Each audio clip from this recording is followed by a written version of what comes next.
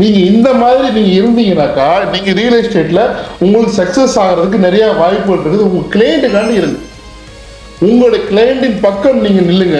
அவங்க உங்ககிட்ட வர்றதுக்கு முக்கியமான பாயிண்ட் என்னன்னாக்கா உங்களுக்கு எல்லாமே தெரியும், நீங்க பார்த்துப்பீங்க, உங்களுக்கு எல்லா விஷயம் இருக்கிறீங்க, நீங்க கூட இருப்பீங்க, எதாவது அவர் தான் இருக்கிறாரு அப்படிங்கிற மாதிரி ஒரு நம்பிக்கையை நீங்க உருவாக்கிட்டீங்கன்னா போதும், உங்களுக்கு பிசினஸ் க்ளோஸ் ஆயிடும். அந்த நம்பிக்கையை நீங்க உருவாக்குறதுக்கு இந்த தொழில் இருக்கக்கூடிய நெளிவு சூழ்நிலாம் கத்துக்கணும். ரியல் எஸ்டேட்ல கற்றுக்கொள்ளத்தான் நம்ம கரையேறுவோம். இன்னைக்கு நீங்க எவ்வளவுதான் உழைப்பு உழைச்சிருந்தாலும் அதற்கு உண்டான பலன் இன்னொரு நாள் இருக்கு. ஏன்னா அது ஒரு லெசன் நீங்க கத்துக்கிறீங்க. ஒவ்வொரு பிசினஸும் உங்களுக்கு ஒவ்வொரு லெசனை கத்துக் கொடுக்கும். இன்னொரு முக்கியமான பாயிண்ட் தெரிஞ்சுக்கங்க, ஒவ்வொரு பிசினஸும் ஒவ்வொரு தனித்துவம் வாய்ந்ததுங்க. ஒவ்வொரு பிசினஸுக்கும் ஒரு வரலாறு இருக்குது.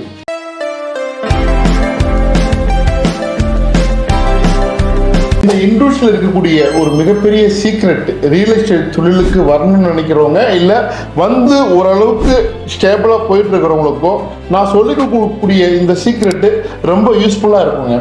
ஸோ இந்த இண்டஸ்ட்ரி வேற மாதிரி மாறிட்டு இருக்குது. ஸோ இதுக்கு தேவைகள் நிறைய இருக்குது. அப்படி இருந்தாலும் இந்த இண்டஸ்ட்ரி இதனுடைய ஸ்டாண்டர்டு மாறுது. இதுக்கு முன்னாடி நீங்கள் பார்த்தீங்கன்னாக்கா ரியல் எஸ்டேட் பிஸ்னஸ்னாலே வெளிப்படைத்தன்மை இல்லை, வெளிப்படைத்தன்மை இருக்க முடியாது. அதுவும் ஒன்று இருக்குது, வெளிப்படைத்தன்மை இருக்காது, இருக்கவும் முடியாது. ஸோ அப்படி போயிட்டு இருக்கக்கூடிய இந்த இண்டஸ்ட்ரி அரசாங்கத்தினுடைய நெறிமுறைகள் மற்ற இதர விஷயங்கள் எல்லாமே மாறிட்டு இருக்கிறதுனால இந்த இண்டஸ்ட்ரியில் தொழில் செய்கிறவங்க, முக்கியமாக இந்த சேல்ஸ் பர்சன், இவங்க இந்த மாதிரி விஷயங்கள்லாம் கடைப்பிடிச்சாங்கனாக்கா அவங்க கொஞ்சம் தாக்கு பிடிக்கலாம். இல்லை கொஞ்சம் தாக்கு பிடிச்சிட்டாங்கனாக்கா அடுத்து நிறைய தாக்கு பிடிச்சி அவங்களுடைய லைஃப் கேரியரை உயர்த்துறதுக்கு இந்த சீக்ரெட்டான ஒரு முக்கியமான பாயிண்ட் கண்டிப்பாக பயன்படும் அப்படிங்கிறது என்னுடைய மனசில் இருக்கக்கூடிய ஒரு உண்மை. ஸோ இதை நான் உங்களுக்கு சொல்லிக் கொடுக்குறது தான் இன்னைக்கு இந்த வீடியோவில் பேச போகிறேன். ரொம்ப மாறிட்டு இருக்கக்கூடிய இந்த இண்டஸ்ட்ரி, சரிங்களா? ஆனால் இந்த இண்டஸ்ட்ரிக்கு நிறைய தேவைகள் இருக்குது, பிஸ்னஸ் இருந்துட்டு இருக்குது, எப்பவுமே இருக்கும். உணவு தொழில், அப்புறம் மருத்துவ தொழில், இந்த ரியல் எஸ்டேட் தொழில் மூணுமே நான் ஸ்டாப்பபிள்ங்க. எப்பவுமே தேவை இருக்கும். எங்கே யாருக்காவது ஒரு இடத்துல பசி இருக்கும், எங்கே யாருக்காவது ஒரு இடத்துல நோய் இருக்கும், இல்லை எங்கே யாருக்காவது ஒரு இடத்துல பணம் இருக்கும், சொத்து வாங்கணும், சொத்துன்னு ஒரு தேவை இருந்துக்கிட்டே இருக்கும். ஒன்று வாங்குவாங்க, ஒன்று விற்பாங்க. ஸோ இதுதான் இந்த ரியல் எஸ்டேட் தொழில் இருக்கக்கூடிய முக்கியமான ஒரு விஷயம், சரிங்களா? ஸோ நிறைய பேர் புதுசாக பணம் சம்பாதிப்பாங்க. பணத்தை சரியான இடத்துல முதலீடு பண்ணு நினைச்சாங்கனாக்கா அவங்களுக்கு இருக்கக்கூடிய பெஸ்ட் சாய்ஸ் என்னன்னாக்கா இந்த ரியல் எஸ்டேட் நிலத்துல முதலீடு செய்கிறது தான். அது எல்லாருமே இந்த ரியல் எஸ்டேட் நிலத்துல முதலீடு செஞ்சுட்டு பணம் சம்பாதிக்கலாம், அவங்களுக்கு பாதுகாப்பாக வச்சுக்கலாம். ஒரு பெண்மணி கூடிங்க என்கிட்ட ஒன்றுமே கிடையாது, வீட்டு வேலை செய்யக்கூடிய ஒரு பெண்மணி வீட்டு வேலை செஞ்சு பணம் சம்பாதிச்சு சேர்த்து வாங்கினாங்க. அவங்க சொத்து வாங்கினாங்க. நான் வாங்கி கொடுக்கும்போது வெறும் 350 ரூபா ஒரு சதுரடி. இன்னைக்கு 2500 ரூபா போகுது. கரெக்டாக ஒரு 4.5 வருஷம் தான் இருக்கும். 5 வருஷத்துல அவங்களுக்கு எத்தனை மடங்கு லாபம் பாருங்க. ஸோ அப்படி எல்லோருமே இந்த தொழிலில் இன்வெஸ்ட் பண்ணலாம், எல்லோருமே வரணும்னு ஆசைப்படுறாங்க. இப்போ முதல்ல மாதிரி கிடையாது இந்த தொழில், சரிங்களா? எல்லோருமே ரியல் எஸ்டேட்ல இன்வெஸ்ட் பண்ணணும், இடம் வாங்கி போடணும், சொந்தமாக வீடு வாங்கணும், எனக்குன்னு ஒரு சொந்த வீடு இருக்கணும், கண்டிப்பாக நான் சென்னைக்கு பக்கத்தில் எங்கேயாவது ஒரு இடத்துல நான் இடம் வாங்கணும். ஸோ நான் அப்படிங்கிற அந்த ஆசை, ஆர்வம் எல்லோருக்குமே இருக்குது. ஸோ அப்படிப்பட்ட இந்த இண்டஸ்ட்ரிக்கு வளர்ச்சிகள் தொடர்ச்சியாக நிகழ்ந்து கொண்டே இருக்குது. ஸோ ஒரு 10 வருஷத்துக்கு முன்னாடி இருந்த வளர்ச்சி வேற, இன்னைக்கு ரியல் எஸ்டேட்டினுடைய வளர்ச்சி வேற. எங்கே பார்த்தாலும் ரியல் எஸ்டேட் இடம் போட்டு வித்துக்கிட்டே இருக்கிறாங்க, அதை மக்கள் வாங்கிக்கிட்டே இருக்கிறாங்க, அதனால விற்கிறாங்க. ஸோ அப்போ இந்த ரியல் எஸ்டேட் தொழில் செய்கிறவங்களுக்கு நான் சொல்லிக் கொடுக்கக்கூடிய சீக்ரெட் என்ன அப்படின்னாக்கா, ஒரு முதல் சீக்ரெட் என்னன்னாக்கா நீட்ஸ் இருக்குதுங்க. புரியுதுங்களா? நீடு, தேவைகள் இருந்துக்கிட்டே இருக்குது. ஸோ யார் கடை போட்டாலும் வியாபாரம் நடக்கக்கூடிய வாய்ப்புகள் இருக்குது. அதை மட்டும் நீங்க அசைக்க முடியாம மைண்ட்ல ஏத்திக்கிங்க, புரிஞ்சுங்களா? ஆனா இதை யார் விற்பனை செய்யறாங்கிறது ஒரு முக்கியமான பாயிண்ட் இருக்குதுங்க. அவங்களுக்கு ஒரு சரியான பெர்சன் கிட்ட இருந்து ப்ராப்பர்ட்டி வாங்குறதுக்கு மக்கள் விரும்புறாங்க. அவங்களுக்கு நல்ல ரிலேஷன்ஷிப்பை உருவாக்கக்கூடிய ஒரு ரியல் எஸ்டேட் ஏஜென்ட்டோ புரோக்கரோ சேல்ஸ் பர்சனோ இருந்தாக்கா அவங்களுக்கு எந்த பாசம் இல்லாம ஈஸியா வாங்கி அந்த சேல்ஸ் டீல் க்ளோஸ் ஆகுது. ரொம்ப முக்கியமான ஒரு ஏரியா என்ன அப்படின்னாக்கா, யாருக்கிட்ட மிடில் மேனா இருந்து யாருக்கு ப்ராப்பர்ட்டியை சேல்ஸ் க்ளோஸ் பண்றாங்கிறது இருக்குங்க. இப்ப இத்தனை வருஷமா நான் இருந்த பாருங்க, இந்த 18 வருஷம் என்னுடைய அனுபவம் இருக்கு பார்த்தீங்கன்னா, நான் கத்துக்கிட்டது படிப்படியா முதல் 6 வருஷம் சுமாரான வளர்ச்சி, கைக்கு வாய்க்கும் சரியா இருக்குது. அதுக்கு அடுத்த 6 வருஷம் பரவாயில்ல, எல்லாம் ஓரளவு சம்பாதிக்கிறேன். ஆனால் கடந்த 6 வருஷம் எடுத்துட்டோம்னாக்கா நல்ல சூப்பர் growth. அப்போ என்னன்னாக்கா இருக்கக்கூடிய சரி தவறுகள், இருக்கக்கூடிய முக்கியமான வேல்யூவான விஷயங்கள் எல்லாமே நான் கற்றுக்கிறேன். இந்த இண்டஸ்ட்ரி எப்படி இயங்குது, யார் யார் என்னென்ன செய்கிறாங்க, எப்படி எப்படி வந்து ஏமாற்றுவாங்க, டாக்குமெண்ட்டுக்கு என்னென்ன பிரச்சனை, இது எல்லாமே நமக்கு தெரியுது. ஒரு ப்ராப்பர்ட்டியோட வேல்யூ எப்படி நம்ம வந்து கால்குலேட் பண்ணணும், எப்படி பேரம் பேசணும், எப்படி நம்ம அடிச்சு பிடிச்சி வாங்கணும், இல்லை வாங்கினதை கரெக்டான விலைக்கு விற்கணும், எப்படி விற்கணும், இந்த ரகசியங்கள்லாம் நம்ம தெரிஞ்சுக்கும் போகும்போது தான் நம்மளால இதில் வந்து இன்ட்ராக்ட் பண்ணும்போது growth இருக்குது. இப்போ என்கிட்ட வந்து நிறைய பேர் வந்து நான் வந்து உண்மையிலேங்க நான் ஆயிரக்கணக்கான வியாபாரம் பண்ணிட்டேன். நான் நியாயமான லாபம், குறைஞ்ச லாபம், இல்லை லாபமே இல்லாமல் ஏதோ ஒரு வகையில் வியாபாரம் நடந்துருக்குது. இப்போ இதில் என்ன நான் கண்டுக்கிட்டேன் அப்படின்னாக்கா, மக்கள் வந்து என்னை நம்புறாங்க. அப்போ என்ன ஏன் நம்புறாங்க அப்படின்னாக்கா, கண்டிப்பாக உண்மையாக இருப்பேன். ஆனால் இப்போ மாதிரி அப்போ கிடையாது. நான் எப்போ எதாக இருந்தாலும் போல்டாக நான் வந்து ஃபேஸ் பண்ண சொல்லிடுவேன். இந்த ப்ராப்பர்ட்டி இதுதாங்க, இந்த ப்ராப்பர்ட்டி இது இப்படி தாங்க. என்னுடைய கிளைண்ட்டுக்கு ஏதாவது ஒரு சிக்கல் வரக்கூடிய ப்ராப்பர்ட்டியாக இருந்தனாக்கா கண்டிப்பாக அவங்களுக்கு சஜஸ்ட் பண்ண மாட்டேன், நானே வேணான்ட்டுருவேன். ஒரு லெவலுக்கு மேலே அந்த ப்ராப்பர்ட்டிலேருந்து நானே விலகிடுவேன். வேணாங்க, இதுக்கு போகாதீங்க, இதில் சிக்கலுங்க, ஏதாவது ஒரு சின்ன எரோன்னு தெரிஞ்சிச்சுனாக்கா நான் வெளியே வந்துடுவேன். அப்படிங்கும் போகும்போது அப்படி என்னோட கிளைண்ட்டுக்கு வந்து அதுக்கு வந்து கண்டிப்பாக அது பிடிச்சிருக்குது. அப்போ இந்த மாதிரி நான் அவங்களுக்காண்டி நான் வேலை பார்க்க போகும்போது ஸோ அவங்களுக்கு என்கிட்ட ப்ராப்பர்ட்டி வாங்கும்போது எந்த விதமான பயம் இல்லாமல் வாங்குறாங்க. ஸோ இப்படி நீங்கள் இருங்கன்னு தான் நான் சொல்ல வரேன். நான் நீங்கள் இந்த மாதிரி நீங்கள் இருந்தீங்கன்னாக்கா நீங்கள் ரியல் எஸ்டேட்டில் உங்களுக்கு சக்ஸஸ் ஆகிறதுக்கு நிறையா வாய்ப்புகள் இருக்குது. உங்கள் கிளைண்ட்டுக்காண்டி இருக்கு, உங்களுடைய கிளைண்ட்டின் பக்கம் நீங்கள் நில்லுங்க. அவங்க உங்ககிட்ட வர்றதுக்கு முக்கியமான பாயிண்ட் என்னன்னாக்கா, உங்களுக்கு எல்லாமே தெரியும், நீங்கள் பார்த்துப்பீங்க, உங்களுக்கு எல்லா விஷயம் இருக்கிறீங்க, நீங்கள் கூட இருப்பீங்க, எதாவது அவர் தான் இருக்கிறாரு அப்படிங்கிற மாதிரி ஒரு நம்பிக்கையை நீங்கள் உருவாக்கிட்டீங்கன்னா போதும், உங்களுக்கு பிஸ்னஸ் க்ளோஸ் ஆயிடும். அந்த நம்பிக்கையை நீங்கள் உருவாக்குறதுக்கு இந்த தொழில் இருக்கக்கூடிய நெளிவு சூழ்நிலாம் கற்றுக்கணும். கொஞ்சம் காலம் கண்டிப்பாக எடுக்க தான் செய்யும். இந்த காலத்தில் நீங்கள் ஸ்பெண்ட் பண்ணுங்க. ரியல் எஸ்டேட்டில் மட்டும் நான் ஒரு சீக்கிரத்தை நான் சொல்லி கொடுக்குறேன், ஞாபகம் வச்சுக்கோங்க.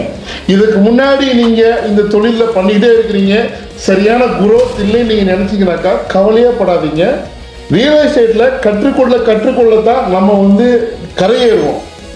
ரியல் எஸ்டேட்டுங்கிறது வந்து அனுபவம் தான். இன்னைக்கு நீங்கள் எவ்வளோ தான் உழைப்பு உழைச்சிருந்தாலும் அதற்கு உண்டான பலன் இன்னொரு நாள் இருக்கு. ஏன்னா அதில் ஒரு லெசன் நீங்கள் கற்றுக்குறீங்க. பிஸ்னஸ் நடக்குது இல்லை, அந்த பிஸ்னஸ் கூட நீங்கள் இன்ட்ராக்ட் பண்ண ஒவ்வொரு பிஸ்னஸும் உங்களுக்கு ஒவ்வொரு லெசனை கற்றுக் கொடுக்கும். இன்னொரு முக்கியமான பாயிண்ட் தெரிஞ்சுக்கங்க, ஒவ்வொரு பிஸ்னஸும் ஒவ்வொரு தனித்துவம் வாய்ந்ததுங்க. ஒவ்வொரு பிஸ்னஸுக்கும் ஒரு வரலாறு இருக்குது. ஒரு ப்ராப்பர்ட்டியை ஒரு ஓனரு வச்சிருப்பாரு, அவர் இன்னொருத்தர் வச்சிருப்பாரு, இப்படி வந்து ஒரு லிங்க் வேற மாதிரி போயிட்டே இருக்கும். ஒவ்வொருத்தவங்களும் ஒவ்வொரு தேவைக்காண்டி விற்பாங்க, ஒவ்வொருத்தரோட மைண்ட் செட்டும் மாறும். அதனால ஒவ்வொரு பிஸ்னஸும் இந்த ரியல் எஸ்டேட் டிரான்சாக்ஷன் வாங்குறதும் சரி விற்கிறதும் சரி யூனிக்கானது. ஸோ இந்த சீக்கிரட்டை நீங்கள் புரிஞ்சுக்கிட்டு இந்த பிஸ்னஸ் நீங்கள் இருந்தீங்கன்னாக்கா ஜெயிச்சிருவீங்க. ஸோ நான் அதை தான் நான் எல்லாத்துக்குமே சொல்றது, உங்களுடைய கிளைண்ட்டுக்காண்டி நீங்கள் நில்லுங்க. ஸோ நீங்கள் உங்களுக்கு பணம் வருது, இது மூலிமா நம்ம பணம் சம்பாதிக்கிறோம், இது மூலிமா நம்ம நல்லா பெரிய கோடீஸ்வரன் ஆகிறோம், லட்சாதிபதி ஆகிறோம், நம்ம கடனெல்லாம் தீருது அப்படின்னு நீங்கள் நினைக்கலாம். ஆனால் நானும் அப்படித்தான் வந்தேன். உண்மையிலே நான் வெக்கத்தை விட்டு சொல்கிறேங்க, பஞ்சம் பொழைக்கத்தான் வந்தேன். அவ்வளோ பசி, எனக்கு அவ்வளோ கஷ்டம். 10 ரூபாய் இல்லை. இந்த இண்டஸ்ட்ரிக்கு வந்து நிறைய பேர் எனக்கு கை கொடுத்தாங்க. என்னோட சப்ஸ்கிரைபர், ஃபாலோவர், என்னோட கிளைண்டாக வந்தாங்க.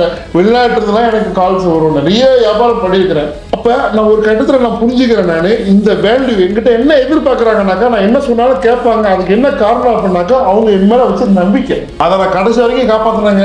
அதை காப்பாற்றுறதுக்கு என்னெல்லாம் என்னால் முடியுமோ நான் கண்டிப்பாக செஞ்சுருக்கிறேன். சில வியாபாரங்கள் முடிகிற மாதிரி இருக்கும், ஆனால் அதில் சிக்கல் இருந்தாக்கா வெளியே வந்துடுவேன், நான் கஸ்டமரை கூப்பிட்டு வந்துடுவேன். ஸோ இந்த மைண்ட் செட்டை மட்டும் வச்சுக்கோங்க. நம்மளுக்காண்டி தான் நம்ம வேலை பார்க்குறது. எதுக்குனாக்கா நம்ம வந்து தர்மம் செய்கிறதுக்காண்டி கிடையாதுங்க, சரிங்களா? சமூக சேவை செய்கிறதுக்காண்டி நம்ம ரியல் எஸ்டேட் தொழில் செய்யலை. ஆனால் இந்த தொழிலில் இருக்கிற மாதிரி லாபம் நிறைய இருக்குது. எதற்கு காரணம் அப்படின்னாக்கா நம்மளுடைய அனுபவம் தான், நம்மளுடைய அணுகுமுறை தான். நம்ம விற்கக்கூடிய சரக்கு என்னன்னாக்கா பணம் கிடையாது, நம்மளுடைய அனுபவம் தான். இவங்களுக்கு எல்லாமே தெரியும், இவங்க எல்லாமே சிறப்பாக செய்வாங்க. இப்போ ஒன்றுமே கிடையாதுங்க. ஒரு மருத்துவரை போய் அணுகுங்க, ஒரு பல் டாக்டராக இருக்கட்டும், இல்லை ஒரு சர்ஜனாக இருக்கட்டும், இல்லை ஒரு MBBS படித்து ஒரு ஜென்ரல் பிசிஷியன் ஆகட்டும், அவங்க என்ன பேர் போட்டிருப்பாங்க நல்லா கவனிச்சு பாருங்க, பிராக்டிஷனர். கடைசி வரைக்கும் கைதேர்ந்த மருத்துவர் கிடையாது. உங்களுக்கு புரியுது நான் சொல்றது? கடைசி வரைக்கும் அவர் பிராக்டிஷனர், ஸ்டில் அவர் பிராக்டிஷனர் தான். அவர் எத்தனை வருஷம் தொழில் இருந்தாலும் அது மாதிரி தான் இந்த தொழிலுங்க. நம்ம ரியல் எஸ்டேட் பிராக்டிஷனர், அதை மைண்ட்ல வச்சுக்கோங்க. எப்ப யாரு என்ன மைண்டு எப்படி மாறும், அவங்க சூழ்நிலை என்ன மாதிரி ஆகும் அப்படிங்கிறது யாருக்குமே தெரியாது. பணம் கொடுக்கல் வாங்கல் இருக்கக்கூடிய தொழில் இது. ஒரு சின்ன மிஸ்டேக்னால ஒரு பெருமளவு லாஸ் ஆயிடலாம். அது நம்மளுடைய கிளைண்டோட பணம். அதை மைண்ட்ல வச்சுக்கிட்டு நம்ம ஸ்ட்ராங்கா இருக்கணும். ஸோ அப்படி நம்ம பிசினஸ் நம்ம இறங்கணும்னாக்கா கண்டிப்பா நம்ம கெட்டிக்காரத்தனமா இருந்தோம்னாக்கா நம்ம இந்த பிசினஸ் ஜெயிச்சிருவோம். அதை பாருங்க, ஐயோ பாவம்லாம் எதையுமே பார்க்கக்கூடாது. பாவம் புண்ணியம் பார்த்தா தொழிலில் வியாபாரம் பண்ணக்கூடாது. நீங்க ரொம்ப ஸ்ட்ராங்கா இருக்கணும். ஒரு சிஐடி மாதிரி இருக்கணும், ஒரு போலீஸ்கார் மாதிரி இருக்கணும். போலீஸ்காரங்க யாராவது நீங்க உங்க ஃப்ரெண்டா இருந்தா பார்த்துருக்கீங்களா? உங்க ஃப்ரெண்டு போலீஸ்காராக ஸ்டேஷனுக்கு போய் இருந்தாலும் உங்களுக்கே ஏதாவது ஒரு பிரச்சனை இருந்தாலும் உங்கள்கிட்ட தான் கேள்வி கேட்பாரு. நீ ஏன் அங்கே போன, நீ என்ன பண்ண, உனக்கு அதுக்கு என்ன சம்பந்தம்? ஏன்னா உங்களையும் சந்தேகப்படணும், அவருடைய பொறுப்பு. அதுக்கு தான் அவர் ட்ரைனிங் கொடுத்துருக்குறாங்க. அந்த மாதிரி தான் நீங்களும் இருக்கணும். ஒரு கிளைண்ட் உங்கள்கிட்ட வர்றாங்கனாக்கா அதை கரெக்டாக அனலைஸ் பண்ணணும். அப்போ இந்த அனலைஸ் பண்ணி கரெக்டாக நீங்கள் ஐடென்டிஃபை பண்ணிட்டீங்கன்னாக்கா இது சரியான செல்லர், சரியான பையர், இவர் இந்த பட்ஜெட்டுக்கு வாங்குவார், இந்த ரேட்டுக்கு வந்தால் விற்றுருவார், இவருக்கு இந்த ரேட்டுக்கு சொன்னோம்னாக்கா விற்று கொடுப்பாரு, நம்ம சொன்னாக்கா கேட்பாரு, நம்ம சொன்னால் கேட்குற நிலைமைக்கு அவரை வச்சிடணும். உங்களோட பிஸ்னஸ் எப்போ நம்ம சக்ஸஸ் ஆகும்? உங்கள் கிளைண்ட்டை நீங்கள் வசியம் பண்ணணும். மை போட்டு அப்படியே இது தடவி வசியம் பண்ணணும், அந்த மாதிரி கிடையாது. உங்களுடைய செயல்கள் மூலமாக அவரை வசீகரிக்கணும். உங்களுடைய சொல்லில் இருக்கக்கூடிய உண்மையினால அவர் வசியம் ஆகணும். ஸோ இதெல்லாம் செஞ்சீங்கன்னாக்கா கண்டிப்பா உங்களுக்கு பிசினஸ் இருந்துகிட்டே இருக்குங்க. இதுதாங்க சீக்கிரட்டு. இது இல்லாம கஸ்டமர்கிட்ட போய் சைட்டை காட்டுறது, பொய்யா பேசுறது, தவறான தகவல் கொடுக்கறது, தெரிஞ்ச விஷயத்த அதிகமா தெரியும் சொல்றது, தெரியாத விஷயத்த தெரிஞ்ச விஷயம் மாதிரி சொல்லிக்கிறது, தெரிஞ்ச விஷயத்த மறைக்கிறது, இதெல்லாம் இருந்ததுனாக்கா கஸ்டமர் உங்களை விட்டு பின்னோக்கி போயிடுவாரு. ஒரு முக்கியமான கஸ்டமரோட சீக்கிரட்டை புரிஞ்சுக்குங்க. கஸ்டமர் உங்களுக்கு ஒரு 100ல ஒரு 10 கஸ்டமர், ஆனா அவருக்கு அது ஒரு ப்ராப்பர்ட்டி தான். அவர் லைஃப் டைம் ஏன் நீங்க உங்ககிட்ட கொண்டு ப்ராப்பர்ட்டி வாங்குறாரு. அப்போ உங்களை மாதிரி ஒரு 50 பேரை பார்த்துருப்பாரு.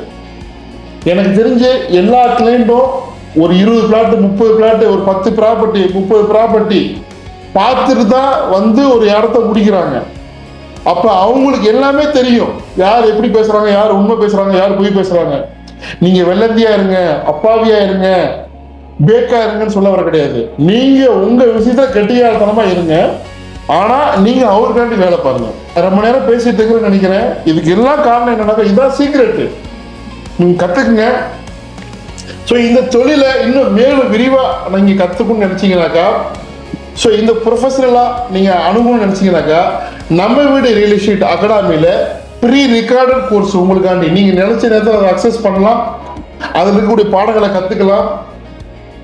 ஸோ உங்களுக்கு HD தரத்தில் என்னுடைய 18 வருட அனுபவத்தை பாடத்திட்டங்களாக தொகுத்து வச்சிருக்கிறேன். நீங்கள் ஜாயின் பண்ணிக்கிங்க. கண்டிப்பாக அது உங்களுக்கு கை கொடுக்கும். ஸோ அதில் ஜாயின் பண்ணுறதுனாலேயே பெரிய அளவில் போயிடும் நினைக்க வேணாம். ஆனால் ஒரு உண்மையை மட்டும் சொல்லிடுறேன், அதை கற்றுக்கிட்டீங்கன்னாக்கா கண்டிப்பாக நீங்கள் 6 வருஷம் ஆகி ரீச் ஆகிறத, 3-4 வருஷம் ஆகி ரீச் ஆகிறதுல 6 மாதத்தில் ஒரு லெவலுக்கு வந்துடுவீங்க. அது உங்களுக்கு தயார் பண்ணி வச்சிடறேன். இவ்வளோ தான் நான் சொல்ல முடியும். ஒரு நியாயமான ஃபீஸ் இருக்குது, அதை கொடுத்து நீங்கள் அக்சஸ் பண்ணிக்கலாம். எல்லோரும் இந்த ரியல் எஸ்டேட் இண்டஸ்ட்ரிக்கு வரணும். படித்தவர்கள் வரணும், இளைஞர்கள் வரணும், முக்கியமாக பெண்கள் வரணும். எல்லாத்துக்கும் வாய்ப்பு இருக்கு. இந்த இண்டஸ்ட்ரி மாறிட்டு இருக்குது. இந்த இண்டஸ்ட்ரியுடைய நீட்ஸ் வேற மாதிரி இருக்கு. இந்த பழைய பாரம்பரிய முறையில வியாபாரம் பண்ணவங்க, ரியல் எஸ்டேட் தொழில் பண்ணவங்கலாம் இன்னைக்கு இந்த இண்டஸ்ட்ரியை விட்டு காணாமல் போயிட்டு இருக்கிறாங்க. எல்லாமே வெளிப்படையாக வந்துட்டு இருக்குது. ஸோ இப்போ நீங்கள் கரெக்டாக நீங்கள் இந்த இண்டஸ்ட்ரிக்கு வந்தீங்கன்னாக்கா இதை ஒரு ப்ரொஃபஷனல் ஒரு கேரியராகவே நீங்கள் கொண்டுட்டு போகலாம். ஸோ நான் கற்றுக்கக்கூடிய இந்த பாடத்தில் நீங்கள் கற்றுக்கிட்டீங்கன்னாக்கா இப்போ வேறு ரியல் எஸ்டேட் பெரிய பெரிய கம்பெனிகள் கூட சேர்ந்து நல்ல சேலரிக்கு நீங்கள் வேலை பார்க்கலாம். ஏன்னா அது உங்களுக்கு அனுபவம் கை கொடுக்கும். ஸோ ரியல் எஸ்டேட்டுங்கிறது சேல்ஸ் கிடையாதுங்க. இது ஒரு பொறுப்பு. Real estate business not sales. புரோக்கருக்கோ ஏஜென்ட்டுக்கோ அவங்களுக்கு கடமை சேல்ஸ் பண்ணுற கடமை கிடையாது, பொறுப்பு. தன்னுடைய பொறுப்பை உணர்ந்து வேலை பார்த்தாங்கனாக்கா கண்டிப்பாக ஜெயிச்சிருவாங்க. நீங்களும் ஜெயிப்பீங்க. நம்ம வீடு ரியல் எஸ்டேட் அகாடமியில் நான் உங்களை சந்திக்கிறேன். உங்கள் ஃப்ரெண்டு யாராவது இந்த பிஸ்னஸில் வரணும், ஜாயின் பண்ணணும்னு நினச்சாருனாக்கா அவரை கண்டிப்பா இதில் ஜாயின் பண்ண சொல்லுங்க. ஜெயிச்சிடலாம். எல்லோருக்கும் வாய்ப்புகள் இருக்குது. இந்த இண்டஸ்ட்ரி மாறிட்டு இருக்குது. மாற்றத்தோட நம்மளும் மாறுவோம். நம்மளை மாற்றிட்டோம்னாக்கா எல்லோரும் வெல்வோம்.